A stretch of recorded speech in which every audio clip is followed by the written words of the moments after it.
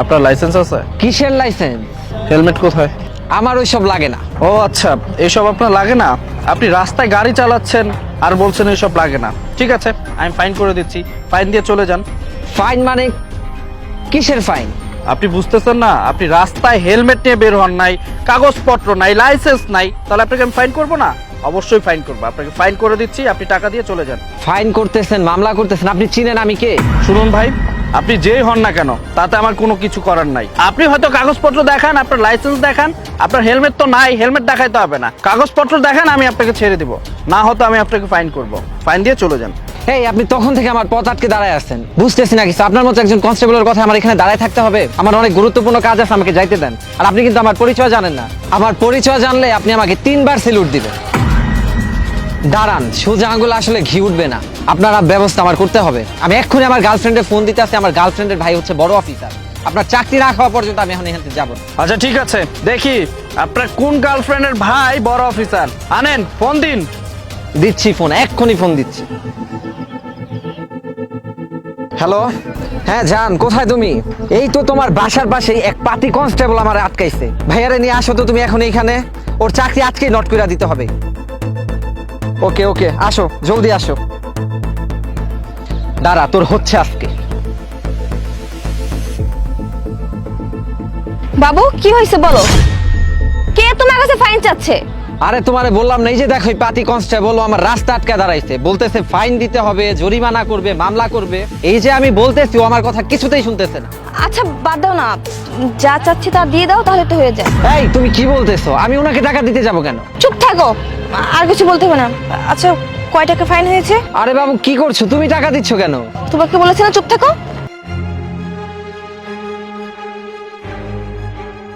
আচ্ছা ঠিক আছে, চলো আমরা এখান থেকে চলে যাই। এই দাঁড়াও, তুমি না বললা তুমি তোমার বাবার বাড়ি যাচ্ছ, তাহলে এখানে কি করছো? তুমিও তো ডিএসপি,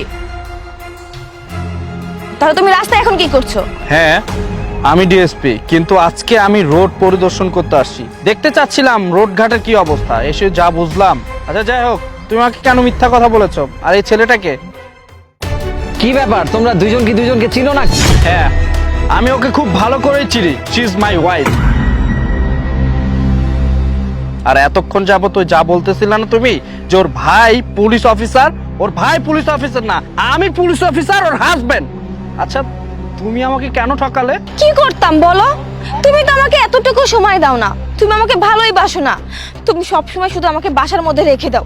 আমি কি বিয়ে করে এসেছি শুধুমাত্র তোমার সংসার সামলানোর জন্য, তোমার মা বাবাকে দেখাশোনা করার জন্য? আচ্ছা আমার কি মনে চায় না আমার স্বামীর সাথে একটু সময় কাটাতে? আমার কি মনে চায় না আমি একটু ডেটিং এ যাই, ঘুরি ফিরি, শপিং করি? কিন্তু না, তুমি তো আমাকে এতটুকু সময় দিতে পারো না। তোমার সব থেকে আপন হচ্ছে তোমার কাজ, আমি তো তোমার আপন না। এই জন্যই ওকে আমি ভালোবেসেছি।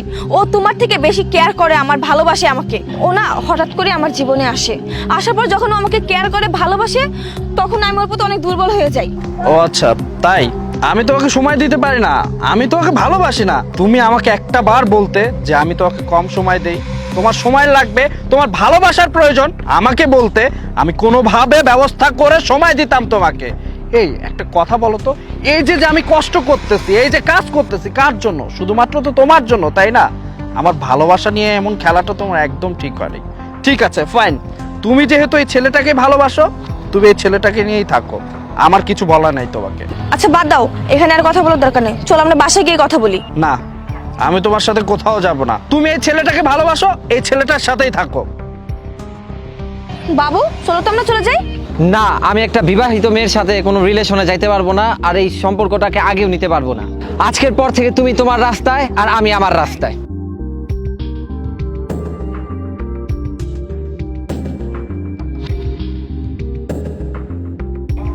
কই তোমার বয়ফ্রেন্ড তো তোমাকে ছেড়ে চলে গেল, এখন এখন কি করবে?